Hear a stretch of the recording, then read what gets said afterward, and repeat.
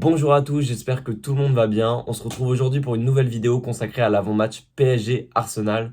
En effet, l'heure de la demi-finale retour a sonné pour nos Parisiens qui affronteront mercredi soir à 21 h Arsenal au Parc des Princes dans une ambiance de folie après avoir gagné mardi dernier 1-0 sur la pelouse de l'Emirates. Ainsi, nos Parisiens vont tenter de se qualifier pour leur deuxième finale de Ligue des Champions de leur histoire et de pourquoi pas soulever leur première Ligue des Champions. Ainsi, dans cette vidéo, on va revenir sur le match qui a eu lieu mardi dernier. On essaiera d'étudier également les clés de ce match, ainsi que les combos probables et la compo que j'aimerais voir sur le terrain mercredi pour se qualifier pour la finale. Alors accrochez-vous bien, je vous souhaite une bonne vidéo. Donc rentrons directement dans le vif du sujet en évoquant le match de mardi dernier. En effet, nos Parisiens sont allés s'imposer 1-0 sur un magnifique but de Dembélé sur la pelouse d'Arsenal et qui donc ont pris un avantage considérable, même si rien n'est joué, on le rappelle, surtout avec le Paris Saint-Germain, pour le match retour qui se déroulera mercredi soir. Donc en effet, on a vu dans ce match plutôt deux équipes assez équilibrées, deux équipes qui aiment avoir le ballon, et deux équipes surtout qui ont eu leur temps fort et leur temps faible. Si le PSG a bien commencé, la fin de la première mi-temps est clairement pour Arsenal. Et la deuxième mi-temps est assez équilibrée, je trouve. On a deux équipes qui se tiennent, on a deux équipes qui jouent pour avoir le ballon et qui veulent absolument la possession. On a deux équipes qui peuvent tuer en contre. On a d'un côté Bukayo Saka, du côté d'Arsenal, qui a fait beaucoup de mal à la défense parisienne, même s'il a été quand même dans l'ensemble bien contrôlé par Nuno Mendes. Et on a de l'autre côté cette force du Paris Saint-Germain en transition avec Désiré Doué, Dembélé, même Barcola et Kvaratskhelia qui fait un match extraordinaire mardi dernier. Et donc, on a deux équipes qui sont, on va dire, assez similaires et qui pratiquent le même football. Donc, on s'attendait à un match fermé. On a eu un match fermé avec seulement 1-0, même si ça avait commencé sur les chapeaux de roue avec ce but de Dembélé. Mais donc, on risque encore une fois, à moins que la rencontre s'emballe, on risque encore une fois d'avoir une opposition assez fermée entre ces deux équipes. On a d'un côté Arsenal qui avait été privé de son milieu de terrain Thomas Partey, ça s'est fait ressentir, puisqu'il avait fait, Michael Arteta avait fait redescendre Michael Merino au milieu de terrain et fait rentrer Trossard en numéro 9. Cette fois, ils vont récupérer Thomas Partey qui a purgé sa suspension. Et donc, je pense que Thomas Partey donc, va faire reculer Rice d'un cran, va se mettre à la place de Rice au dernier match. Et je pense que Merino sera reconduit en numéro 9 du côté d'Arsenal et donc Trossard sera en sortie de banc.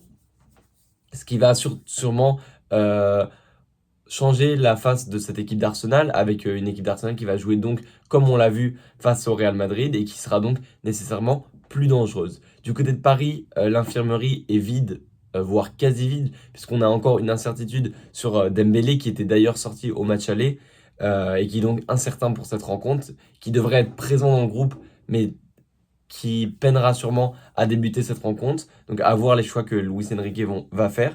Et dans tous les cas, il faudra respecter ce choix de Luis Enrique, lui faire confiance.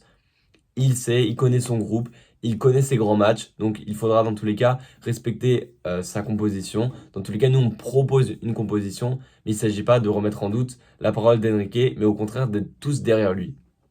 Pour un match aussi important, on a les deux équipes qui arrivent dans le même état de forme, c'est-à-dire que les deux équipes ont perdu le même score ce week-end avec une défaite 2-1 face à Bournemouth pour Arsenal et une défaite 2-1 pour Paris à la Méno face à Strasbourg. Et donc, ces deux équipes avaient clairement la tête à la Ligue des Champions. On a vu un PSG remanié et un Arsenal pas forcément très intéressé ou en tout cas très concerné par ce match, d'autant plus que Liverpool est déjà champion. Donc, on a clairement deux équipes qui misent tout sur cette Ligue des Champions, avec d'un côté un PSG donc champion qui n'a plus rien à jouer en championnat et Arsenal déjà qualifié en Ligue des Champions et qui a vu Liverpool être sacré, donc qui n'a également plus rien à jouer. Donc, cette demi-finale risque d'être folle puisque les deux équipes jouent sur tout sur cette confrontation. Donc maintenant, on va passer aux clés de ce match. En effet, j'en ai trouvé 5. J'ai trouvé 5 clés qui permettent au Paris Saint-Germain de remporter cette confrontation. Je pense que cette demi-finale retour se jouera sur ces 5 points. On va commencer par un premier point assez évident, la gestion du score et des temps faibles. En effet, on sait que le PSG a beaucoup de mal à conserver son avantage, son score. On l'a vu à Villa Park lors du quart de finale retour, avec ses 30 minutes d'horreur, on peut le dire, où on a bien cru que le PSG allait encore une fois passer à la trappe. Et ce score de 1-0 à l'aller est très très très dur à jouer. On peut pas se mettre à défendre, il n'y a qu'un but d'écart, mais on peut pas non plus se découvrir par peur de perdre rapidement cet avantage qui est quand même plutôt une bonne nouvelle pour nos Parisiens. Et donc cette configuration me rappelle le PSG Real Madrid a remporté 1-0 sur ce magnifique but de Kylian Mbappé, ce qui fait qu'au retour, on avait quand même marqué le 2-0, et derrière on prend ces 3 buts, on s'effondre totalement, on va pas se mentir. Qui est faute ou pas sur Donnarumma, chacun se fera son avis, mais dans tous les cas, le PSG s'effondre. Et donc il faudra éviter absolument de faire ressurgir ces démons, il faudra montrer que le Paris Saint-Germain est motivé, que le Paris Saint-Germain a changé et que le Paris Saint-Germain est fort mentalement. Pour moi, c'est l'aspect le plus important de ce match. La technique, on l'a. Les répétitions des efforts, on l'a. Les joueurs concernés, on les a. Mais c'est le mental qu'il faudra avoir pour se qualifier pour cette finale. Pour ça, il faudra des joueurs capables de motiver, de canaliser.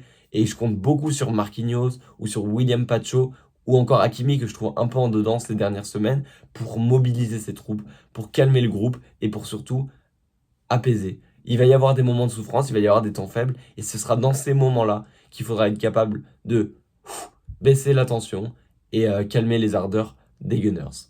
Un deuxième point que je vois, c'est le duel entre Bukayo Saka et Nuno Mendes. En effet, si Mendes réalise une super campagne de Ligue des Champions, il a été capable de museler Mohamed Salah, match aller, match retour. Il fait plutôt une très belle double confrontation face à Aston Villa avec ses 2 buts inscrits, un au match aller, un au match retour. Et il fait un super match aller face à Bukayo Saka dans cette demi-finale aller. Maintenant, on sait que Nuno Mendes, c'est encore un joueur très jeune, un joueur qui a beaucoup de potentiel, mais qui est capable parfois de saut de concentration. Et il faudra absolument pas nous faire ça mercredi soir, et d'autant plus en début de match. Il faudra se rassurer sur des premières interventions, rester bien concentré du début jusqu'à la fin pour éviter de remettre Arsenal dans le match. Il faut surtout pas encaisser ce premier but qui remettrait directement Arsenal dans la partie et qui ferait douter nos Parisiens. Un troisième point, c'est le point qui m'inquiète le moins, mais je voudrais parler du Parc des Princes. En effet, il faudra une ambiance au rendez-vous, des supporters qui chantent de la première, la 90e, voire à la 120e minute. Il faudra que le PSG s'affirme comme un grand club.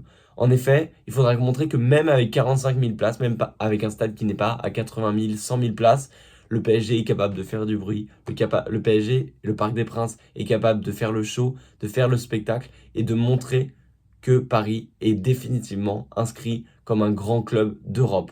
En effet, ça passe par des soirées magiques, ça passe par des ambiances de feu et ça passe surtout par un message envoyé à l'Europe. Le PSG a changé. Le PSG, ce PSG 2.0, ce PSG de Luis Enrique, a décidé de tout rafler. Un quatrième point, plutôt classique dans un match entre deux équipes qui aiment avoir la possession, la bataille du milieu de terrain. En effet, il faudra un milieu de terrain qui sache tuer l'adversaire, qui sache mettre le pied sur le ballon, d'autant plus que tu as le score, les faire courir et surtout tuer dans l'œuf toute velléité, tout début d'incendie dans la défense parisienne. Il faudra mettre le pied sur le ballon, notamment en fin de match si tu viens à mener au score, il faudra mettre le pied sur le ballon, ne pas avoir peur de toucher le ballon, savoir dégager quand c'est essentiel, mais savoir aussi garder ce ballon pour éviter d'être en danger. Et enfin, un dernier point, le plus important, les duels aériens. On a vu que Arsenal, ils ont un super entraîneur sur les coups francs, que ce soit défensivement, sur les coups de pied arrêtés, plus généralement, que ce soit défensivement ou offensivement. Donc il nous faudra être solide, il faudra un Donnarumma qui sache sortir, puisque à la 39e face à Arsenal, on se souvient de cette sortie assez hasardeuse, même si il a fait un match exceptionnel, hein. Mais cette sortie hasardeuse, il faudra pas la reproduire. Il faudra surtout être patron dans les airs, pas avoir peur de sortir, pas avoir peur de mettre les points. Il faudra pour Donnarumma être présent. Pareil pour nos deux défenseurs centraux, en sachant qu'il y a quand même un différentiel de taille entre les joueurs d'Arsenal et les joueurs du Paris Saint-Germain. Donc il faudra être présent dans les duels aériens, se battre, aller chercher les fautes dans la surface en défense. Il ne faudra pas avoir peur et laisser faire l'adversaire. Enfin, on va passer maintenant à ma composition pour ce choc. Donc dans les cages, j'ai bien évidemment choisi Donnarumma. Et le match de Savonov ce week-end m'en a convaincu encore plus de garder Donnarumma dans les cages.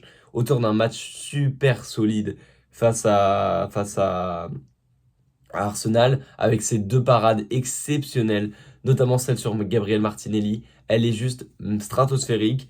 Et malgré la boulette que j'ai évoquée à la 39e qui n'a pas eu d'incidence, c'est un match exceptionnel. J'ai l'impression que Donnarumma en Angleterre, c'est le meilleur gardien du monde, tout simplement. Il a fait des parades exceptionnelles et depuis ce but face à Liverpool d'Harvey Elliott, c'est plus le même. C'est un gardien serein, c'est lui qui nous qualifie au Villa Park.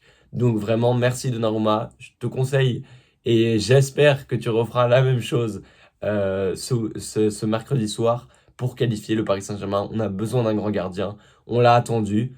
Il répond présent en ce moment. On espère que ça va continuer. En défense, j'ai choisi la défense classique. Nuno Mendes qui devra faire un gros match face à Bukayo Saka.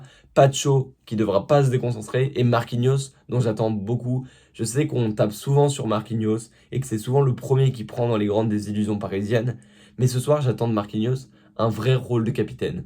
Pas seulement des encouragements, mais aussi des duels, de l'intensité et surtout de la motivation, que ce soit avant, pendant ou après le match, pour tout simplement remplir ce rôle de capitaine si important quand on sait que le PSG est capable de flancher rapidement mentalement. Et enfin, j'en attends également de Hakimi, que je place sur le côté droit, qui sera très important pour cette demi-finale retour, avec un Hakimi que je trouve un peu moins bon ces dernières semaines, alors qu'il avait fait un début de saison stratosphérique. Donc Hakimi, on compte sur toi. Au milieu de terrain, c'est du classique en Ligue des Champions. Joao Neves, Vitinha, Ruiz, rien besoin de dire, un milieu exceptionnel, un Ruiz métamorphosé, un Neves, une pieuvre qui est partout, et un Vitinha maestro qui s'est révolutionné sous Luis Enrique, rien de plus à ajouter. Et en attaque, c'est là que le choix se pose. Déjà, il y a la question de Dembélé, dont on ne sait pas s'il pourra jouer. Donc je vais partir du principe que Dembélé pourra jouer, et sinon je vous proposerai une alternative à cette option. Donc j'ai choisi de placer Dembélé en numéro 9, en faux numéro 9, Kvaratskhelia à gauche et Barcola à droite. Bon, bien sûr, ça va permuter. Pourquoi j'ai choisi Barcola plutôt que Désiré Doué? Je suis le plus grand fan de Désiré Doué, mais à partir du moment où on mène 1-0, Arsenal va devoir se découvrir. Ils sont obligés de marquer ce but. Et c'est là que Barcola sera super intéressant pour les transitions. Il est plus rapide que Désiré Doué, et c'est pour ça que je miserai sur lui. Et doublement, je maintiens cette idée du fait que en fin de match, si tu venais à conserver ce score ou même à mettre un deuxième but, fais rentrer un Désiré Doué à la place d'un Barcola pour tenir le ballon, pour avoir le pied sur le ballon, cette maîtrise technique. Je trouve que c'est l'option la meilleure option, et je pense que c'est cette option que choisira Luis Enrique si jamais Dembélé venait à ne pas être présent.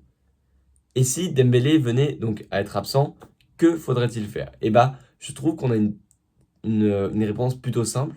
Simplement garder cette compo que j'ai donnée en changeant juste Dembélé en faux numéro 9 par Désiré Doué en faux numéro 9. On sait que Luis Enrique voulait le faire jouer à long terme, voulait faire jouer Désiré Doué. Pourquoi pas le mettre dans cette demi-finale retour de Ligue des Champions pour lui offrir ce match référence en faux numéro 9. En tout cas, on aura toute confiance en la ligne d'attaque, même si c'est Gonzalo Ramos qui venait à jouer, même si j'en doute un peu. On aura toute confiance en cette équipe. Et en tout cas, on est prêt pour ce match de Ligue des Champions. On a travaillé, on a eu une belle progression, on est prêt, on a peu de joueurs blessés, même pas du tout. Et donc, je compte sur ce PSG pour donner le maximum. C'est pas grave si on est éliminé, on a fait une super saison, mais ce serait dommage vraiment de s'arrêter si proche du but et de ne pas s'offrir une finale de rêve, soit face à l'Inter, soit face au Barça, dont on débriefera le match retour mardi soir, juste après le match. En tout cas, je souhaite bon courage au Paris Saint-Germain, on est de tout cœur derrière eux, et sur ce, je vous souhaite une bonne soirée, une bonne journée, et on se retrouve juste après le match du PSG pour son débrief.